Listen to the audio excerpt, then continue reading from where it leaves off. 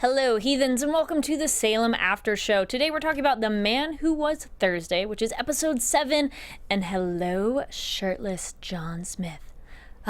Stay tuned.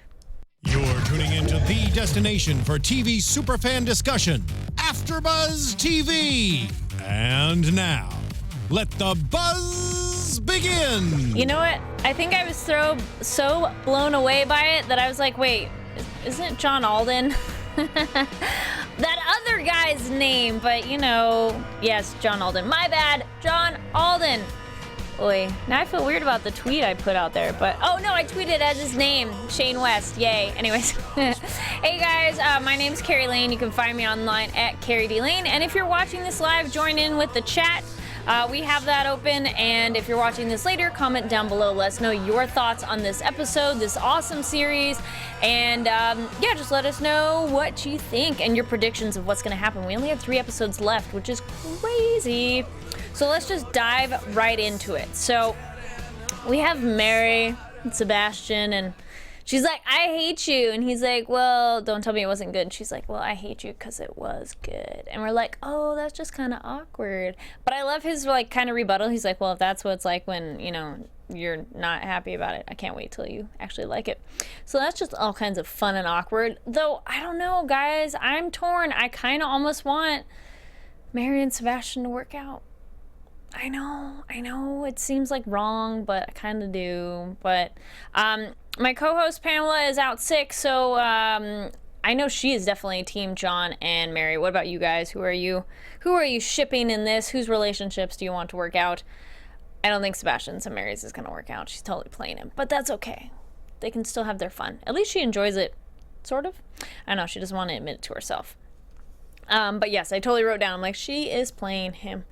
But hey, you may as well have some fun while you're doing that, right? So then we have the, oh wait, can she leave the Wessex tree? Because then I was kind of curious, and immediately after, nope, ugly tree face thing going on, which, affects people of Salem. Great job. Always this show blows me away of like, disgusting and disturbing. And I retweeted that, and if you guys aren't following Salem WGN on Twitter, you totally should. They posted this really great behind the scenes look at the show and the special effects they do, and how a lot of it's practical effects, and it shows, because it is like, it just makes your skin crawl because it's so good and gross. But yeah, the tree face thing was like, so it's like she's literally part of the tree, so she can't leave. But I wonder then, if the tree dies, would she die? That's a whole other kind of separate thing, but good question. And then we have, poor little Sebastian crying when they come back. He has like his one tear because he hurt his beloved Mary, like making her suffer through that. And then she's like, yeah, you believe me now?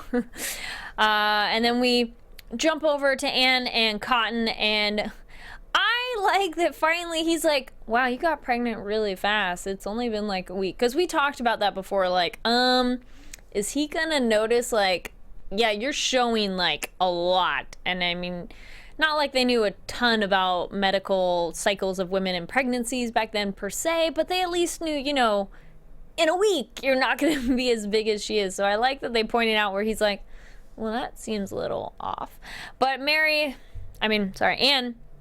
Anne has the best response. Well, my witch blood quickened the speed of life.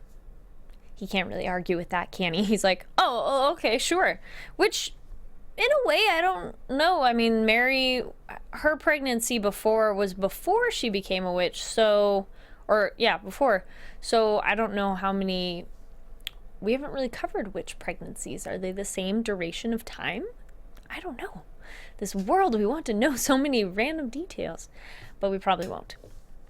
And then he kind of seems, also Cotton seems more okay with Anne. We've wondered that too, of like, is he gonna get over it? Because I want them to work out their relationship. What do you guys think? Do you want Cotton and Anne to work out? I feel it's just like, you're rooting for them, and now he's a little bit maybe like, oh, okay, I'm gonna be the father of this child, and she's like, yeah, this is the cure-all, in which he's not quite on that bandwagon, but he does seem a bit more like, you know, he's not detesting her the way he has been before. He's a little bit more like, oh, okay.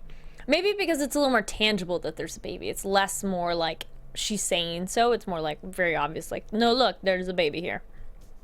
And then after he leaves, we have more of that creepy figure thing, which before I thought it was like that little girl who's been hanging out with Isaac, that like something's more going on with her. But now I think it's Anne's inner hag. But how that exactly works, I don't know, and I'll talk more about that later. But just in this moment, we have the creepy crib moving, and Anne's like, I know where you are. So Anne at least knows what it is. Actually, yeah, we'll kind of talk about it now, because we see it later with Anne in the mirror that it's a... Well, where was that part? She looks in the mirror and it's the hag. And now my question is... There we go. In being born a witch for Anne, is her hag self different than people like Mary who, you know, became a witch later? So it was like literally selling your soul to the devil. So it was like almost their like, you know, mere opposite self. So with Anne being born a witch, is it the same thing? Because, I mean, she still kind of came into an agreement with the devil, I guess. And we had some earlier scenes where her eyes changed, where she was aroused and stuff. So, like, there's something a little more to her for sure. But I wonder how the hagness, if you will, works with her. Is it... Because the way it's going, I mean, only Anne's seen it. So to her, it's outside of her body. But with that mirror moment, it is, no, that's a reflection of who she is. So that's a good question. I wonder if we'll come back to that. I hope we do, because it's really, it's kind of like Anne denying who she is, and she needs to come to terms with that. And we got John Alden, hello shirtless, when he's doing the smith workshop, because he's like, yeah, I gotta make this knife. It's a family tradition. Which, good cover. And I like that blacksmith moment. That was really kind of comedic, because the blacksmith is like, what are you doing here? And he's like, well, nothing, I'm not gonna pay for. And he's like, all right, money? Okay, you're not gonna do anything weird here? All right, peace out, I'll be back. And excuse me, it's like the show is so serious, so it's really refreshing when there's these moments of comedy that you wouldn't think are necessarily super funny, but it kind of was in the being serious, I guess. Then we have little Mary's love letter to John. I'm like, oh, how much is she gonna tell him of the truth?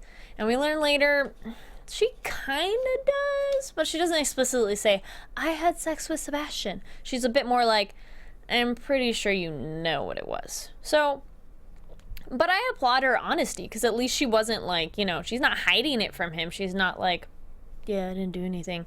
She's very much like, no, you probably know what it was. And then we have Anne go back to Gloriana and beast attack. Gloriana's like, ah, totally crazy, gonna jump her. And she's like, I know what you are. And man, working that, like, it's not, yeah, it's definitely like a reverse psychology or something, where she's just kind of like, no, this is the best for everyone. And like just trying to make it play off like, no, this is a good idea. No, Gloriana's like, nope, not having any of that. And I agree, but I was kind of like, dude, you need to get rid of her. You need to get rid of Gloriana, because she's just giving more of a problem. And Anne's just kind of tethered to the house because of that problem. And Cotton's like, no, you gotta come to the other house.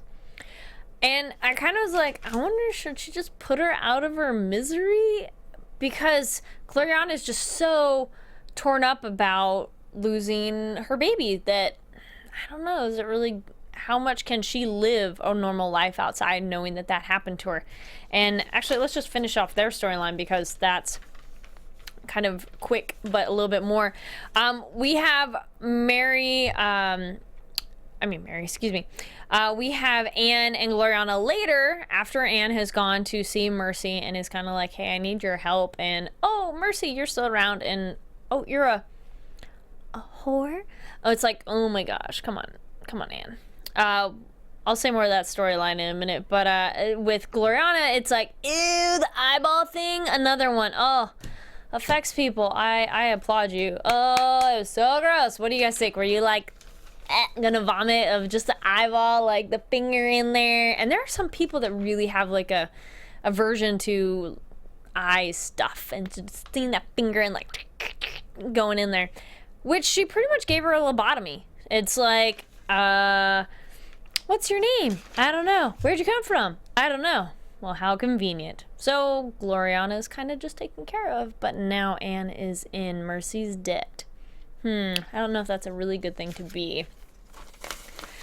And then we have, oh, that was fun. I like how Sebastian goes over to the Essex, which is like, yeah, I'm going to be a messenger for Mary. And I kind of was like, I don't know if I trust you. But in the end, it worked out okay. So that was kind of cool. He's going to go for Mary, and they have their grand scheme, which in the end, oh, that was rewarding. We'll get to that too. So we got Isaac too, being this public speaker that you're just like, oh, okay, that makes sense. And this is a turn that I didn't exactly see the show going, but I like it a lot, that it's kind of like uniting the poor, and there's more of us versus them. Now, I don't know if you guys noticed, but he kept saying those Puritans. So then I was kind of half wondering if Isaac's little community is going to be its own new town, or they'll be essentially like a different religious group, or not religious at all, because again, he kept saying those Puritans, those Puritans. It felt like they're definitely the other besides just rich and poor. So it's a good question. And what do you guys think of, so are the many going to defeat the few? I hope that kind of factors into the final battle somehow. I don't know how, but it just seems like a cool development to utilize all these characters and people in this whole other, like, not like the poor neighborhood, and or just the downtrodden pretty much, and have them come and, you know, essentially do something productive. But he points out, like, hey guys, yeah, you're not showering and you're being treated like dogs because you act like them. So maybe we should clean up our act around here, which is good advice. I think the problem is they probably just get in this cycle where they think like this is how life is and this is how it's gonna be, and then they don't even see a moment to change. But Isaac is the one who comes along and is like, hey, you guys need to change. You need to do something about this. Otherwise, nothing is going to happen. It's just going to be stuck in this horrible cycle. And then we have,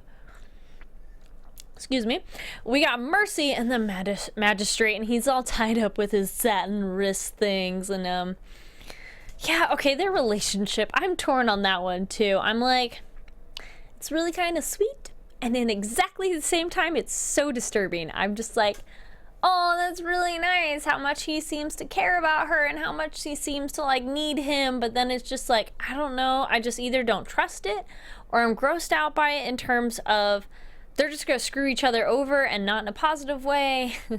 Or it's just, it's unsettling. What do you guys think? Let me know a comment down below. Are we rooting for the magistrate and Mercy? Because Mercy's got, her character has been up and down in terms of she's been interesting, she's been annoying. She's been more interesting and then like crazy psychotic annoying. But she's just had so much shit happen to her that you kind of want her just to have something nice in life. And the magistrate is kind of sick and twisted that they're actually a really good, perfect little match. But it makes me wonder. I'm like, I don't know if I can trust you guys. I definitely don't trust them as a pair. I think it's very weird.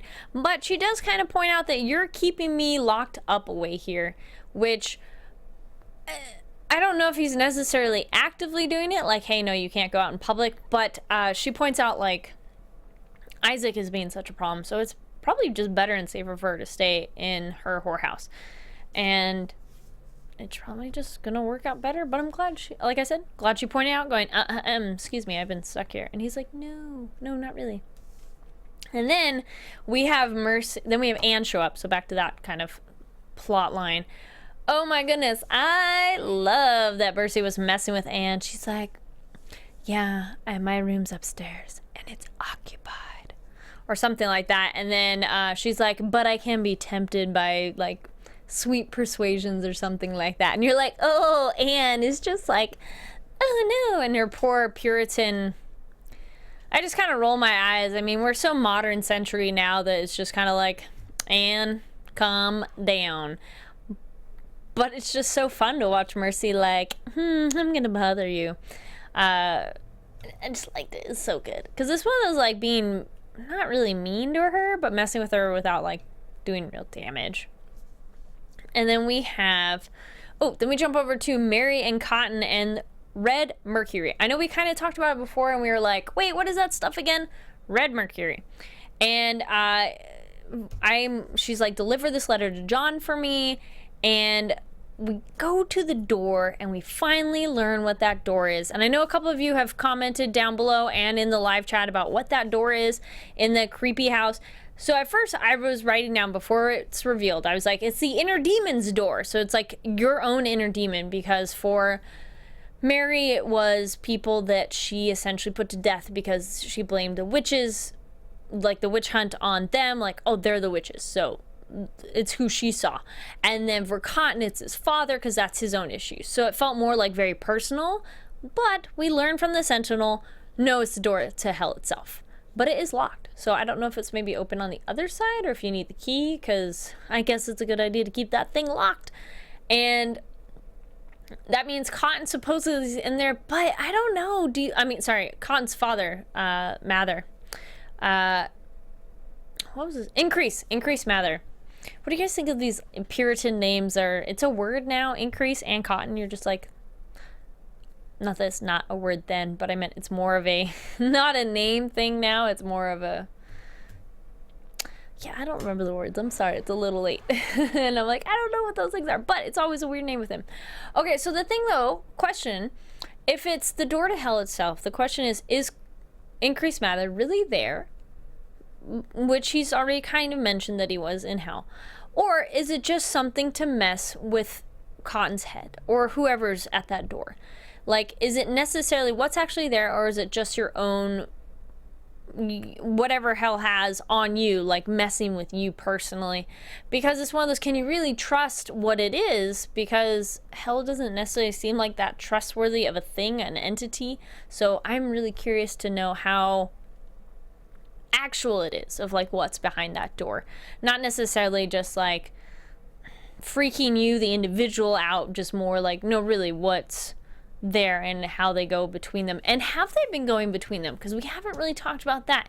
Has the Sentinel and Little Devil Child been going back and forth at all, or they just been staying there? Because that's a really good question. I hadn't even thought of that till just now. I don't know. What do you guys think? Have they been going back and forth? I feel they've been just there, but it's convenient they have a portal to hell right in their house. So, but the Sentinel was very adamant to Cotton, like, do not open that door.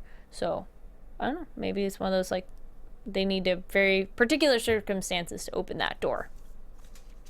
And then we jump back over to Isaac, and he's essentially judge and jury now, which the people kind of don't mind, because it's the magistrate's not really doing his job, and he's someone that the people just can't relate to, but Isaac, they can. So I think as a whole, it's kind of that mob mentality that they're just like, well, we can trust you. And he's someone who's also suffered, so they kind of have that solidarity with him, and like, we trust you. Because also, so far, he's been proving to be trustworthy. It's not like he's shit on them like the way those Puritans have. And he has this guy brought to him for a crime of like, oh, he stole bread. But you know what? He shouldn't suffer for being hungry. And I mean, it's good lesson for just even real practicality too, of like, often it is poor, there's a lot of studies, or, man, now I'm trying to sound all scientific on it, but I'm like, no, I don't know, but I've heard those like radio programs on how it's just kind of like a bad cycle of if people are poor, then it's something bad happens and it just kind of like recycles. So for them in the show, it's just kind of showing like how you can't just be punished just for being poor, that you were put under poor negative circumstances. So it's similar to statement on the real world, I would say, as well. And then oh yes, then we have John show up, and Isaac and John are like, hey, what are you doing here? And then immediately John's kind of like, no, what are you doing here? I'm just like, wait, what is this going on? I'm like, what made you judge and jury? And right when they're talking about it, lo and behold, Cotton shows up too, and I'm thinking like, oh great, everyone's gonna get caught up, and no, not so much. Isaac kind of gets a little tiny bit of info, but John's kind of like, there's too many ears around here, so poor Isaac. I kind of want Isaac to know more what's going on, because he's been so close to Mary and so much of everything else that, yes, you don't necessarily want to let some people know about the crazy supernatural things going on, because either they don't believe you or just it's more complicated for them to know. but sometimes them not knowing anything about what's going on could be a problem later. So I feel Isaac should be told a little bit more than what he already has access to. But then we get John and Cotton talking, and they have their little powwow, which is like, oh good, I'm glad some characters are like, hey, let's all get on the same page, because that seems to be another problem that happens a lot, where it's just like, hey, we don't exactly know, and we need to share information because then it will advance both of us. And John gets Mary's letter, which I was kind of worried about that. I'm like, oh great, it's gonna have that letter, it's gonna get intercepted or something like that, but no. And he can't read. It was like, oh, poor John. And you gotta love Cotton's line that we're cursed with complicated women. But John's like, oh no, they're just witches. But come on, Cotton, he has a good point. Like, he and John have both fallen in love with very complicated women who happen to be witches. So that was kind of fun. And then they kind of have their like father bonding thing of Cotton going, oh, I'm gonna be a father. And John's like, that's great, I didn't know. And some of this is kind of like, I always love when characters say that, like, oh, I didn't know. Well, unless you've seen that person, how are you expected to know? But, I mean, I guess it's their way of saying, like, oh, that's new information to me. But John has an excellent point of, yeah, I had a son too with a witch, and look how that turned out. Which, touche, John, touche. But Cotton's like, no, it's gonna be perfect with my child, which, I don't know. I really hope it's gonna be an okay baby, but I wonder if in stealing the baby, Mary, Anne, and everything that's going on, I don't know how Mary's connected. I'm sorry I threw that name in there. But Anne, how she stole the baby, and everything else that's been going on, I don't know if that's gonna like mess with the baby in a bad way. I hope not, because you're just like, damn, can somebody just win in a good way around here? It's like, oh, poor everybody. And then we have the Sentinel and Mary, and she's like, oh, look at my lovely dresses. I'm going to be the bride of Satan. And drops the dress, and she's in her lingerie, and he kind of is like, oh. And I'm like, oh, is she going to seduce him? But we don't really see much more in that scene. I think she just more talked to him. I don't really feel he can be seduced. I don't know. He looked at her with interest, but he didn't seem like, yay, let's get jiggy with it. And then, but then we jump over to our little devil boy. Okay, we kind of call him that because it's like, most names just sound weird, and he is a child, so little devil boy.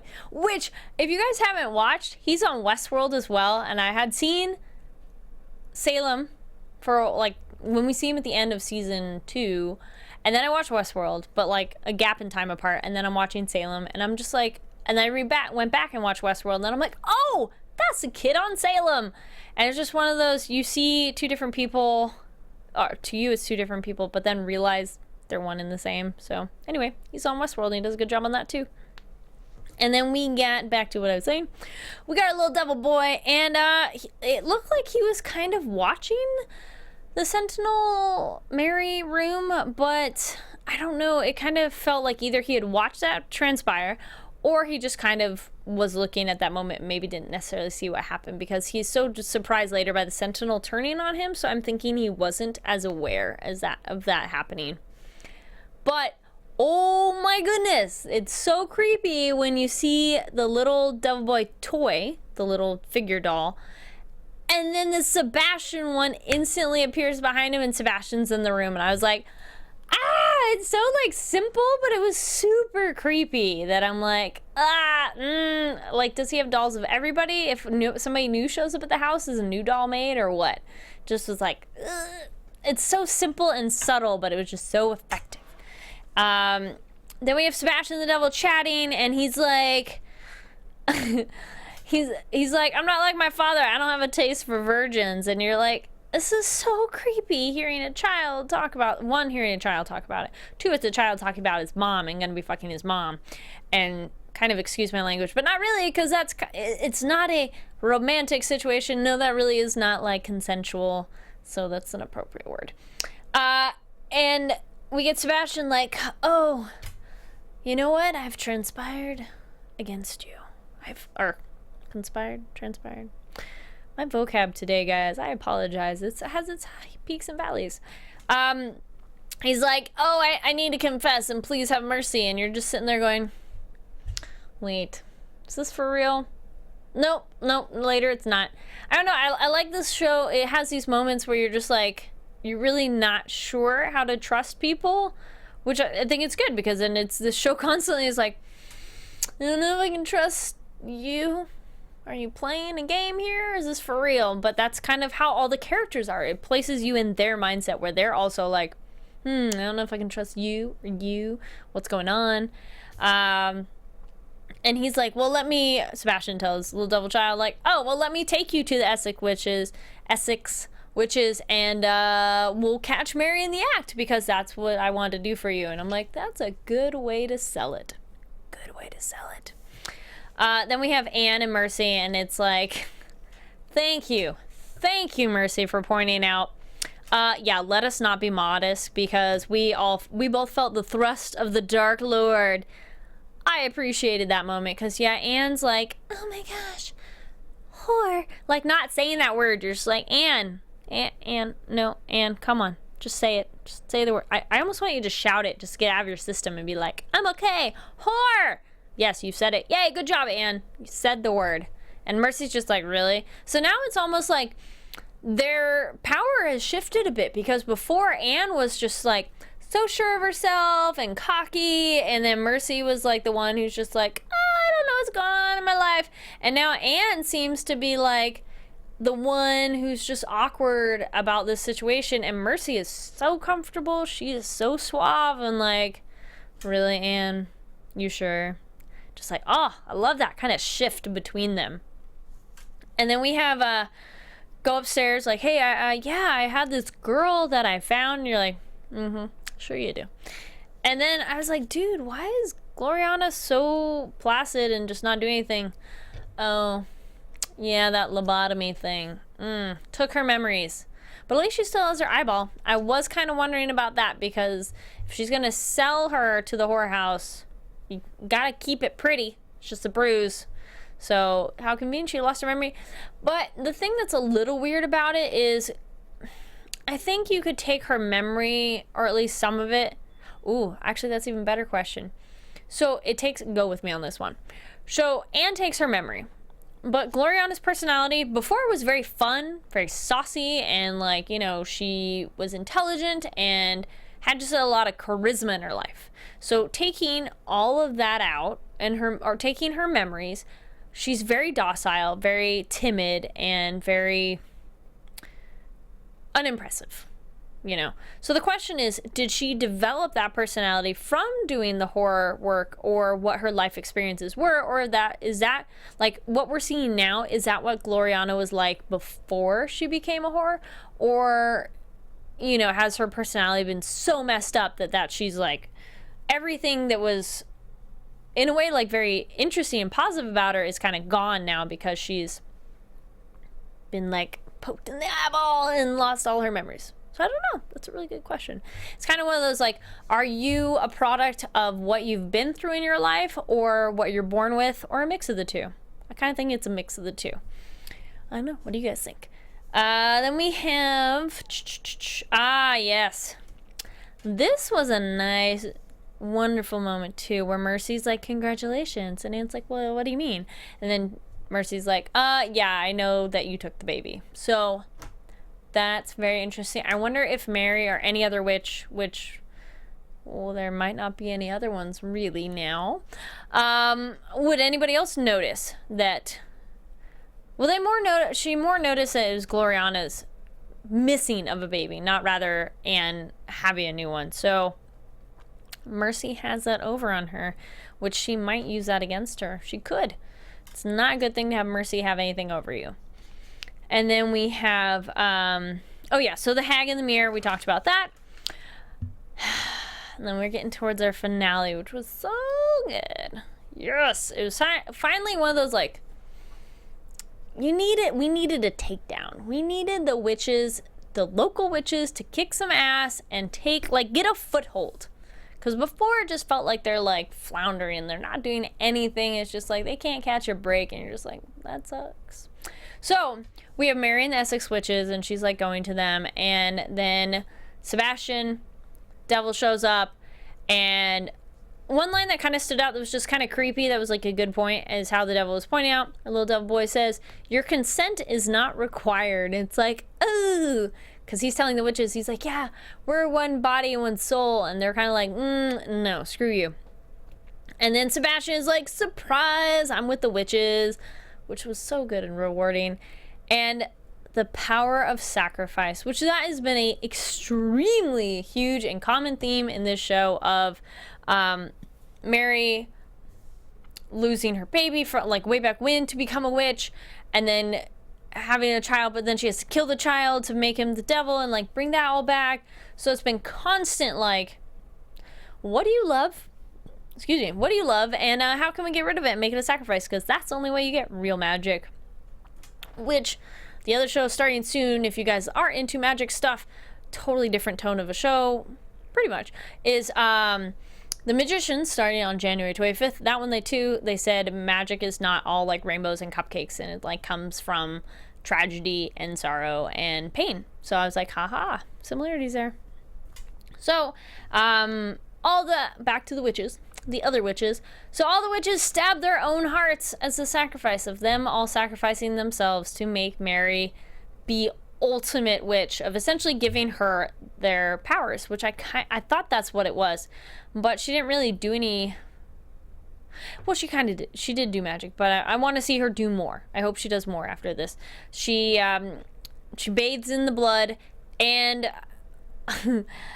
the line also of out of the one I shall make many, and she rips him apart, literally limb from limb, and his head off. But it was so good. But I don't know, I kind of was like, is he really dead? You sure? Just ripping the body apart? Can we burn it? Like, this is one of those vampire lore things of like, you chop off the head, you burn the body, you really make sure that thing is dead. But they don't, and the body's taken away. Who I think it's Tituba. And one other thing I want to comment, excuse me, was how our little devil boy calls out Beelzebub to the Sentinel. So I love that one of you commented that on a previous video, because we were like, the Sentinel, like, what's his name? He doesn't really have a name, and they just call him Sentinel. And if you watch it with subtitles, it does say Sentinel. But finally, he calls out specifically a name, says Beelzebub, so now our Sentinel has a name. And he calls him Samael, so that was nice to have return of names, because often they're not really saying each other's names. So that was kind of the end. So I guess I'll do some really quick predictions. If we get our music. There we are. Our sound effect? Yeah, it's not really a music. Your AFTERBUZZ TV predictions. All right. So, I think Tituba took his pieces. That sounds inappropriate. She took the body pieces of our devil boy. What she's going to do with it, I have no idea. That's a really good question, because Tituba, she's gone through a lot, and I know you guys have chimed in about her. I like her character, but I've lost her motivation. Like, before, I totally was like, I follow, I got you, girl. I know I understand where you're coming from, and I understand the stuff you've done. And then Mary's, you've done so much for her, and she just kind of shits on, like, how devoted you've been. So then you kind of go back on her, and then stuff like that. But then it's like, okay, Tituba, I really don't know where you're going with this. So I'm like, okay. So I want to know what she's going to do. I don't know. It's definitely not over. I think okay, guys, sometimes at the end they have the scenes for later, so it's semi-cheating to know predictions, but I kind of saw they're kind of vague though, so it's not necessarily specific. But it looks like John Alden has a standoff with the Sentinel, which I'm like, yes, that looks exciting. But I think the Sentinel is a bit more powerful, that multiple people are gonna have, as Mary said in the preview for next time, are gonna have to play their part to take him down, which it was so much work to take care of the devil. He also is probably gonna be a lot of work to take care of. I don't want to, but I think something bad is going to happen about Anne's baby. I don't know why. I feel something creepy. I think Sebastian's mom is still going to be a factor. She was also on the trailer for next time. But before we even kind of was like, he's been giving her Mary's blood. It's like, we knew she'd probably come back, but the question is how quickly. Is it going to be like immediately, or going to be a while? Because before it was like, 100 years or something like that. Let's see. I don't know. Do you guys have any predictions for the next week? Leave me comments down below. It's always like certain times, you know, it's like something comes right to your head of like, yeah, that's gonna happen. Other ones are just like, no. Magish, I want Isaac to step up and continue to do more the way he's doing that. I think maybe they will be a factor, like the town Knockers Hole people. There we go. I was like, what's their name? The Knockers Hole people will be a factor that the Sentinel was not planning on, that would be more of a difficulty that they're not ready for. I don't want all the witches. I mean, Mary and Anne are about the only two good witches left. Sebastian's kind of evil. Pretty evil. But Mary and Anne are like our only two good ones, but John seems still bent on the idea of like all the witches need to die. But ooh, maybe Cotton and John are gonna have a standoff because Cotton's gonna be like, no, I gotta keep her because she's the mother of my child. I don't know. That's a really good question. That standoff could be really exciting. So there's only 3 episodes left, and I will tweet out the link. I was informed that there's I think it's a petition out there trying to encourage Salem to get renewed for another season. I don't know the status on it, but I was told AfterBuzz was emailed by a fan, which thank you for reaching out. And I'll look into it and I'll tweet it, so help continue to share it if you aren't aware of this yet, because this is an amazing show. There's only 3 left, and it'd be kind of sad that this is the end. I mean, if it is, it's still been a really good run, but I'll look into that and I'll make sure I tweet it. So check me out online at Kari D Lane. That's Karidlane. And I think that pretty much wraps us up for this episode. And make sure to give it a thumbs up, 5 stars on iTunes. Comment down below, because again, we love the interaction with you guys about the show, because we're fans just like you. And make sure to subscribe to AfterBuzz so you're up to date on all the awesome shows that we cover here. Starting soon, like I mentioned, Magicians is coming up. If you're into sci-fi, I'll be on the Expanse panel. Timeless, we're on a little bit of a break. Emerald City is a different kind of magic, sort of. That's magic, right? Yeah. That's starting on Sunday, as well as I'm still on the Man in the High Castle. Box office breakdown, if you're into what movies came out over the weekend, how did they do, and just movies in general, that is now on Sunday nights on the Popcorn Talk, which is like a sister network to AfterBuzz. And this awesome show, and I think that's about it for now. Again, thank you so much for watching. My name's Kari Lane, and I'll see you next time. Bye.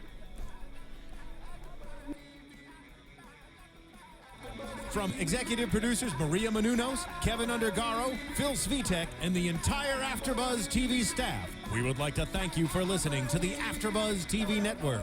To watch or listen to other after shows and post comments or questions, be sure to visit AfterBuzzTV.com.